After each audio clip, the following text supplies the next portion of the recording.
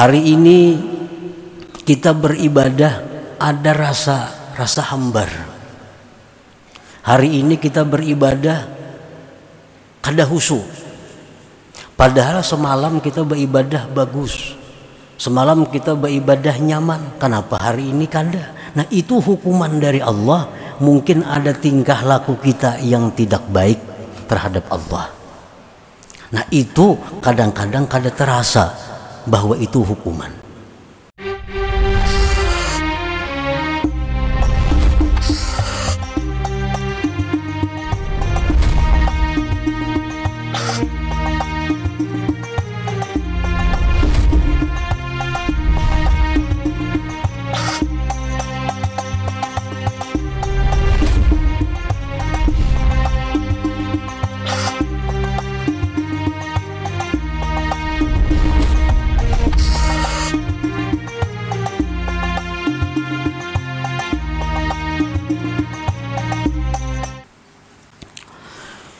Bismillahirrahmanirrahim. Alhamdulillahilladzi amarana bil adab wa fataha lil muta'addi bil abwab wa azala anhu sitral hijab. Ashhadu an la ilaha illallah wahdahu la syarika lahu musabbibul asbab. Wa ashhadu anna sayyidana Muhammadan abduhu wa rasuluhul awwab. Allahumma salli wa sallim ala sayyidina wa maulana Muhammadin khairil ansab wa ala alihi wal ashab wa dzurriyyatihi wa atba'ihi ila yaumil hisab. Amma ba'd. Yang kita hormati dan kita cintai para habaib dan para alim ulama, para muhibbin, hadirin hadirat rahimakumullah. Alhamdulillah wa syukrulillah. Puji dan syukur kita haturkan kehadirat Allah Subhanahu wa ta'ala yang telah memberikan taufik dan hidayah serta inayah kepada kita, sehingga dengan demikian kita bisa kembali berkumpul bersama-sama di majelis yang penuh berkah dan rahmat ini. Salawat dan salam kita haturkan kepada junjungan kita Nabi besar Muhammad sallallahu alaihi wasallam dan kepada seluruh keluarga, sahabat, zurriyat dan pengikut beliau sampai hari akhir nanti. Para muhibbin rahimakumullah, al-hikmatur rabi'atu wasittun minal hikamil ata'iyyah. Qala al-imam Ahmad ibnu Athaillah Sakandari rahimahullah wa nafa'ana bi'ulumih. Hikmah yang ke-64 dari Al-Hikamil Athaiyah, berkata Imam Ahmad ibni Athaillah As-Sakandari rahimahullah, min jahlil murid ayyusi al-adaba patu'akharal uqubatu anhu payakula law kana hadha su'a adabin laqata'al imdada wa awjabal ib'ada faqad yaqta'ul madada anhu min haitsu la yash'uru walau lam yakun illa man'al mazid wa qad tuqamu muqamal bu'di wa anta la tadri walau lam yakun illa ayyukhalliyaka wa ma turid.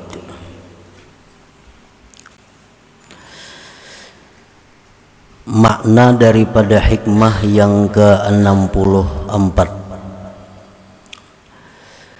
di antara kejahilan atau kebodohan seorang murid,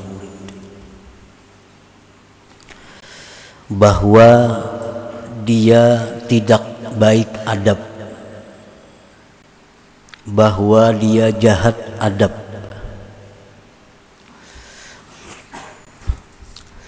maka dilambatkan hukuman daripadanya, maka dia berkata, jikalau adalah ini yang dilakukannya itu jahat adab, niscaya Allah putuskan pertolongan dan Allah pastikan dia dijauhkan. Maka terkadang Allah memutuskan bantuan dari seorang murid dari sekira-kira tidak mengetahui murid tersebut. Jikalau tidak ada hukuman itu, melainkan dicegahnya pertambahan, niscaya itu cukup sebagai hukuman.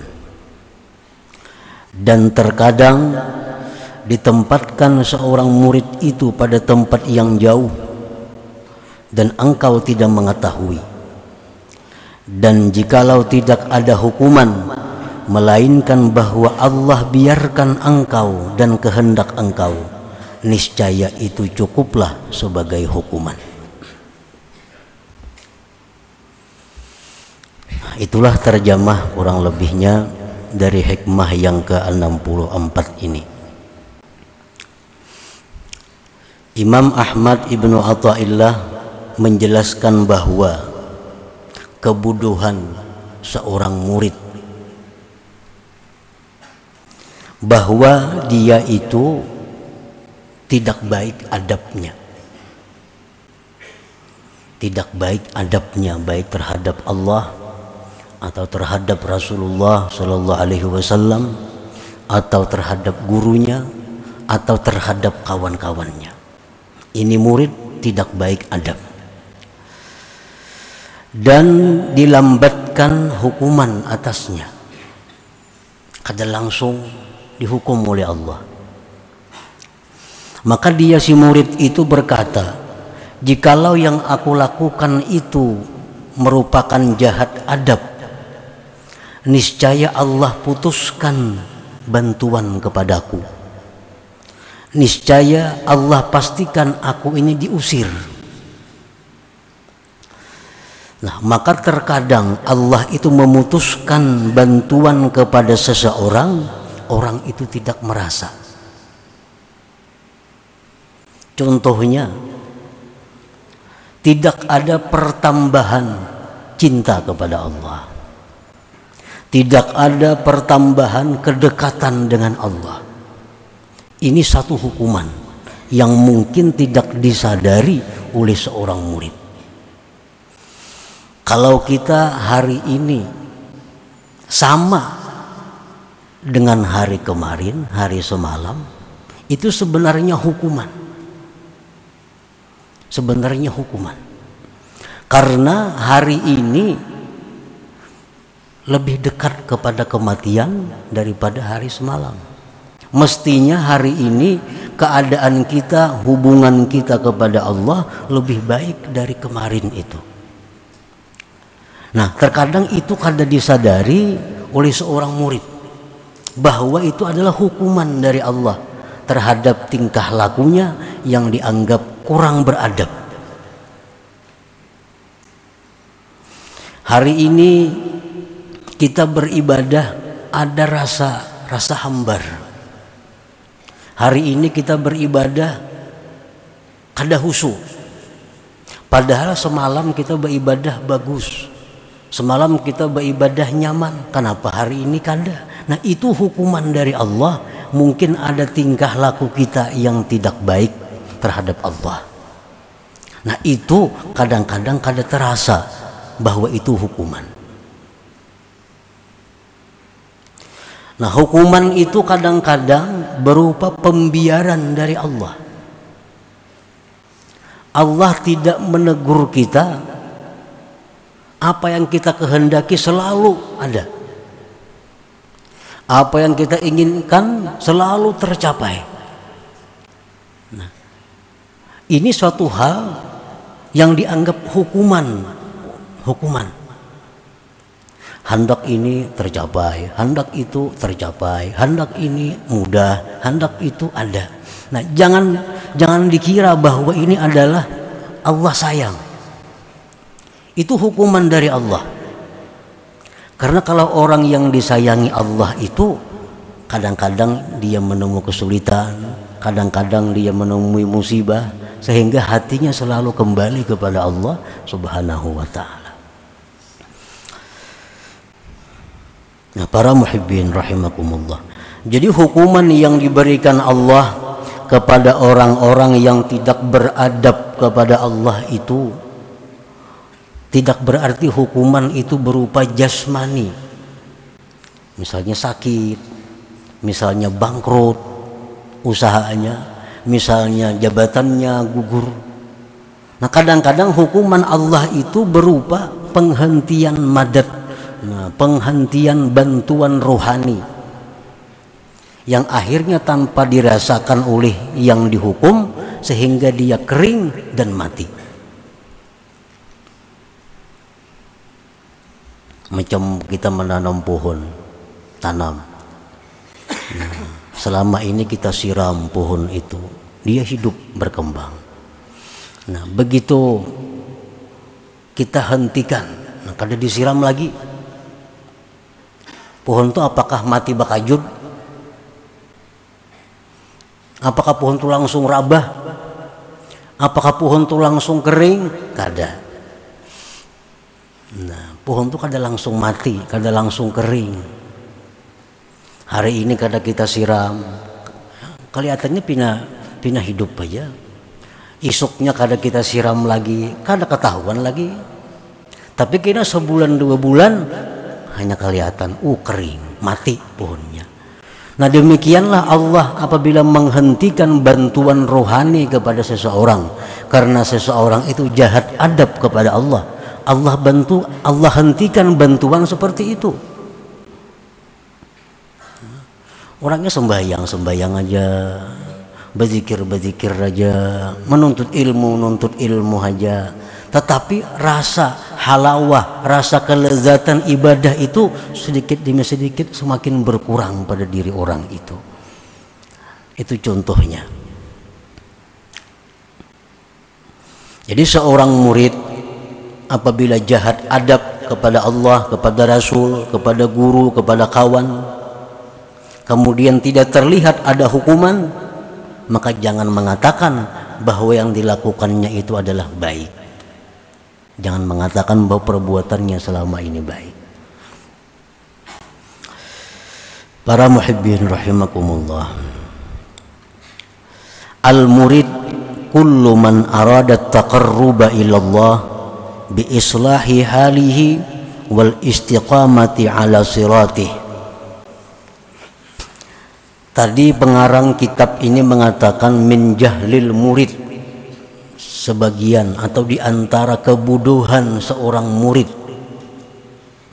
Nah, murid itu macam apa ngaran murid itu? Murid itu kullu man arada taqarruba ila Allah bi islahi halih wal istiqamati ala siratih. Murid itu adalah tiap-tiap orang yang hendak dekat kepada Allah. Orang ini hendak dekat kepada Allah dengan cara membaguskan keadaannya dan istiqamah di jalannya. Imma bitaujihi alimin rabbani, ada kalanya dengan arahan seorang alim tentang ilmu ketuhanan, syahidalahu salihun bil istiqamati wat taqwa, yang menyaksikan bagi orang alim itu dengan kebaikan oleh orang salih. Wa imma bisti'anati sadiqin saduq, ada kalanya dengan minta pertolongan kawan yang jujur, mutadayyinin yang mengamalkan agama, nasihin lahu yang menasihati baginya, wa munabbihin alaih dan yang menjagakan atasnya. Nah, nengaran murid tuh. Murid itu dalam arti ini adalah orang yang hendak mendekatkan diri kepada Allah dengan memperbaiki diri, meluruskan dirinya kepada jalan yang lurus dengan arahan asuhan seorang alim, yang orang alim itu disaksikan kebaikannya oleh orang-orang saleh.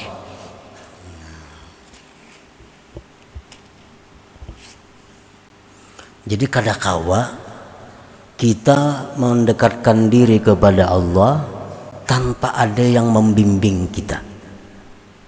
Itu kada bisa.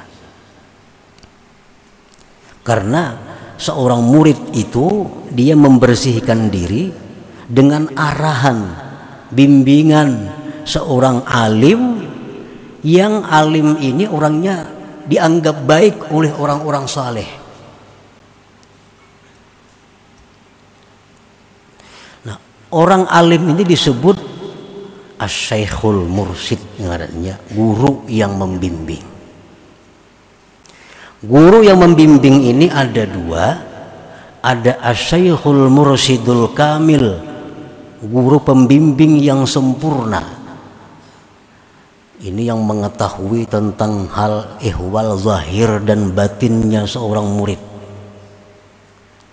Ada syekhul mursyid, ada seorang guru yang membimbing, tapi dia kada kamil, kada sempurna, namun dia pernah dididik, dibimbing oleh seorang syekh mursyid.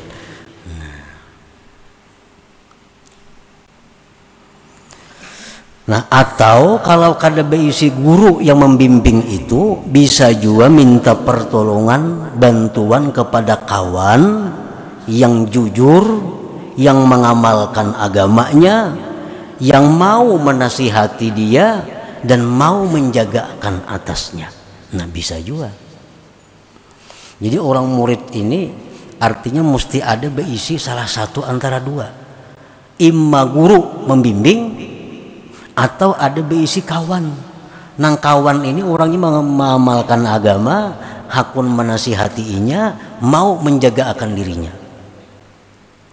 Nah, dengan demikian seorang murid ini bisa berjalan dalam perjalanan menuju kedekatan kepada Allah Subhanahu wa ta'ala. Nah, para muhibbin rahimakumullah, fa'alal murid ayyura'iyal adaba ma'allah wa ma'a rasulihi wa ma'a syaikhihi wa ikhwanihi, fa in asa'al adaba falyubadir bit taubati ilallah wal i'tizar, fa in akhkharat taubata ila waqtin akhar in qata'a anhul madad wastaujabat tarda wal ib'ad wa qad la yash'ur.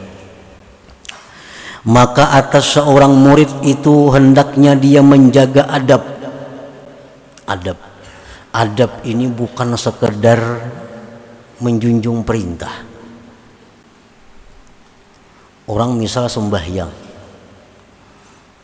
sembahyangnya meselawar katuk, bebejo kaos, bakupiah kada, apa kada. Ini sembahyang. Perintah sembahyang dilaksanakannya dan sembahyangnya sah. Tapi orang ini kada beradab. Sembahyang selawar katuk, bakupiah kada, baju kaos pulang, menghadapi tamu aja kada purun, apalagi menghadapi Allah. Nah, kalau perkara perintah sembahyang dilaksanakannya, tapi adabnya ini kada beradab. Jadi adab ini bukan hanya sekedar perintah, lebih daripada perintah. Nah, seorang murid itu mesti menjaga adab terhadap Allah, adab terhadap Rasulullah Sallallahu Alaihi Wasallam, adab beserta gurunya kalau dia berguru, adab kepada kawannya jikalau dia punya kawan yang menjagakan dirinya. Apabila seorang murid itu menyalahi adab, maka hendaklah dia segera bertobat kepada Allah dan meminta uzur, meminta ampun, meminta maaf. Jika dia melambatkan tobat sampai ke waktu yang lain, maka Allah putuskan, maka terputuslah dari murid itu bantuan rohani dari Allah, dan dia pasti terusir, dijauhkan dari hadrat Allah, dan terkadang dia tidak merasakan demikian itu. Para muhibbin rahimakumullah,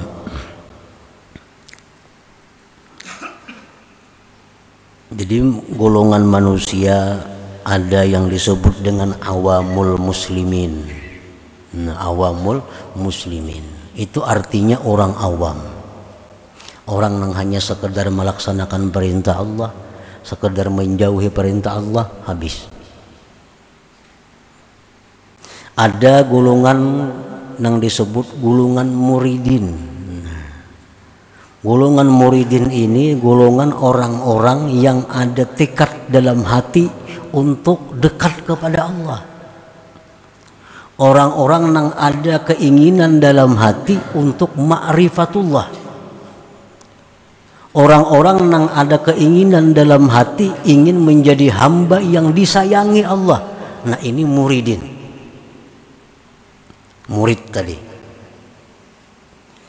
Nah, orang jadi muridin ini lalu ia mencari gurunya untuk mengarahkan dia, atau dia mencari kawan yang ahli agama yang bisa menjaga menasihati dia. Nah, apa keuntungannya orang muridin ini dibanding orang awam? Orang muridin ini dalam perjalanannya, andai kata dia mati, maka dia digolongkan dengan golongan wasilin, orang yang telah sampai kepada ma'rifatullah. Orang ini orang murid hanya murid, hanya sehari berguru. Nah, ulun guru waina jaga akannya, bila ulun ini nang salah tagur akan, ulun ini ada nang kada bagus tagur kada bapak, ulun siap, ulun nak jadi orang baik. Hanya sehari. Jaguru cuma itu cuma baca ini 1000 kali sehari dulu, amalakannya 1000 kali sehari, mati orangnya. Nah, di akhirat orang ini akan dikumpulkan oleh Allah dengan orang-orang yang ma'rifat dengan Allah. Nah, ini keuntungannya orang yang muridin. Kalau orang awam, ya golongan orang awam.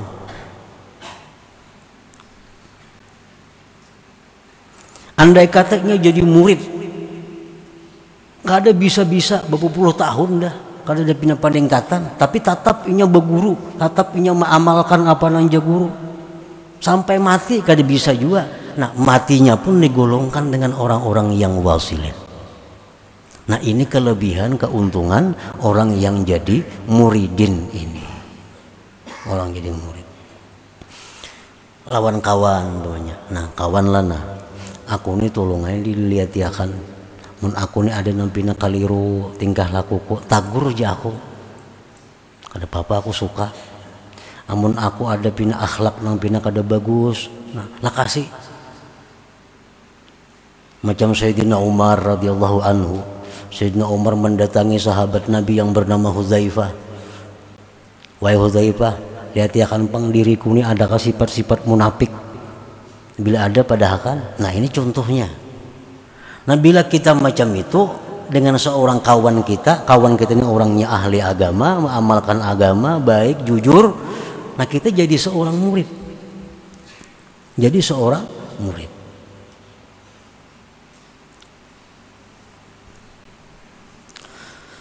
Nah, seorang murid tadi apabila dia kada baik adabnya, maka hendaklah tobat. Minta uzur, minta. Kalau ditunda-tunda, kayaknya Allah hentikan bantuan-bantuan rohani kepadanya. Bantuan rohani itu macam kelezatan beribadah, itu bantuan rohani dari Allah. Kayaknya kada nyaman lagi beribadah. Al-adabu ma'allah, bermula adab beserta Allah. Al-mubadaratu bimtisalil awamir wajtinabin nawahi. Ini contoh. Secara luasnya ada kitabnya spesial. Nah, contohnya adab beserta Allah itu adalah segera menjunjung perintah Allah, segera menjauhi larangan Allah. Ini adab. Kita misal sibuk berdagang, berkabun, atau rahatan berpandiran dan gak ada kekaruan. Orang azan, orang azan, mubadarah, segera. Ini perintah Allah, segera. Ini adab kepada Allah. Mun orang azan, tatap aja begawi, tatap aja berpandiran. Orang bang sudah, orang kamat sudah, orang bulikan di masjid, tatap aja.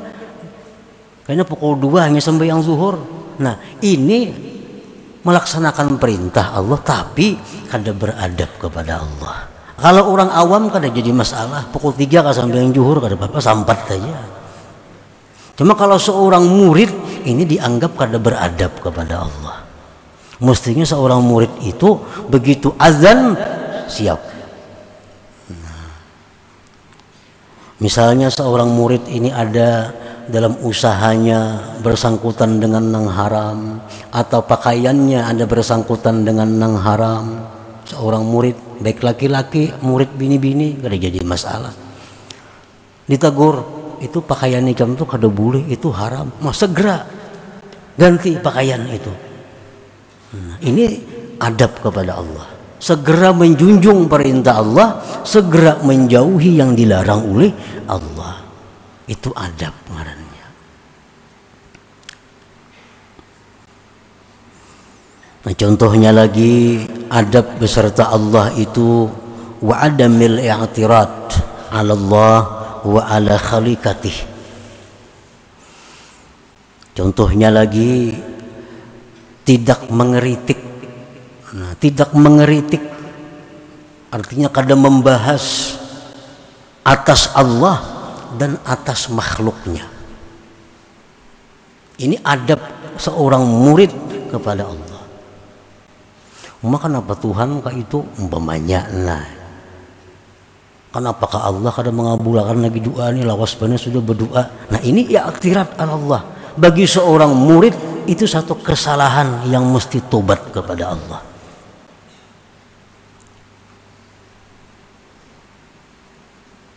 Wal i'tirad ala khaliqatih, contohnya lagi adab kepada Allah, tiada mengeritik atas makhluk Allah. Anas bin Malik radhiyallahu an, sahabat Nabi, 10 tahun ujar Anas aku berkhadam kepada Rasulullah sallallahu alaihi wasallam. Dalam 10 tahun itu Rasulullah kada pernah ujar Anas mengatakan kepada yang aku perbuat, kenapa kamu perbuat itu? Nah, kada pernah. Karena mengeritik makhluk, bahasa kitanya maniwas makhluk, itu sama meniwas Allah subhanahu wa ta'ala. Kenapa kamu jalan sini? Maka sudah kupadahakan jangan-jangan. Nah, itu meniwas makhluk, tapi pada hakikatnya itu adalah i'tirad Allah, menentang atas Allah. Bagi seorang murid itu satu kesalahan yang mesti segera tubat. Kalau tidak tubat akan ditarik oleh Allah bantuan.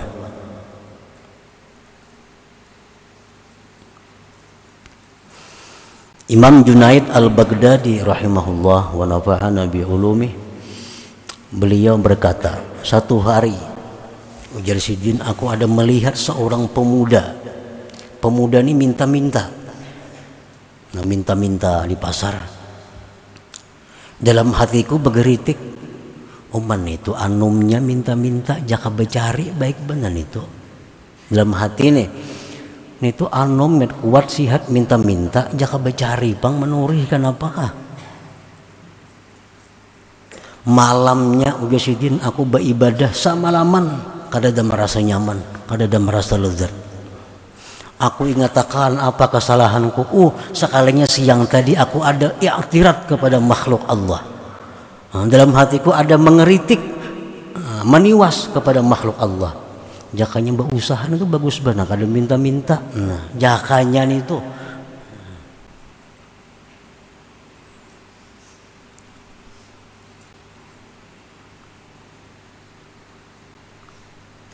ada mulai i'tirad ala Allah wa ala khaliqatih. Di rumah kita umpamanya, dalam rumah tangga, Ini bini kita maulhakan gangan. Nah, bini kita maulhakan apa lawan kita. Nah, makan. Bah ini orang uyah. Nah, bini. Orang uyah. Ini kada nyaman. Nah, itu i'tirat. Nabi kada pernah demikian kepada bini-bini sini. Itu mengeritik i'tirat kepada makhluk Allah. Amunnya hendak juga kayaknya omanya bila maulah kayak ini banyak uyah sedikit. Nah, itu kan ada i'tirat. Nah, adanya sudah ada, kada apa-apa lagi sudah. Nah, ada sudah terjadi, kada perlu i'tirat. Nah, bini nyorongi nasi, bah karaunya bemasak kayak ini sangkal makan. Nah, baik juga surunginya. Kada usah i'tirat itu. Kada usah i'tirat. Nang dudi kena omanya bil bemasak lambiki sedikit. Nah, apa ngalihnya? Kalau seorang murid itu ma'atirat demikian, bila kada tobat kepada Allah, in kata al-madad, bantuan rohani akan diputuskan oleh Allah Subhanahu wa ta'ala. Nah, hal-hal yang kecil ini jadi besar bagi seorang murid, bagi seorang yang ingin mendekatkan dirinya kepada Allah Subhanahu wa ta'ala. Nah, kita sambung selanjutnya kaina adab-adab lagi kepada Rasulullah, adab-adab kepada guru atau adab-adab kepada kawan yang membimbing kita. La hadratin Nabi sallallahu alaihi wasallam. Al-Fatihah. A'udzubillahi minasyaitonir rajim. Bismillahirrahmanirrahim. Ar-Rahmanir-Rahim. Maliki yaumiddin. Iyyaka na'budu wa iyyaka nasta'in. Ihdinas siratal mustaqim. Ya Allah biha, ya Allah biha, ya Allah bi husnil khatimah. Ya Allah biha, ya Allah biha, ya Allah bi husnil khatimah. Ya Allah biha, ya Allah biha, ya Allah bi husnil khatimah. فيا أيها الراجون منه شفاعة صلوا عليه وسلموا تسليما. اللهم صل وسلم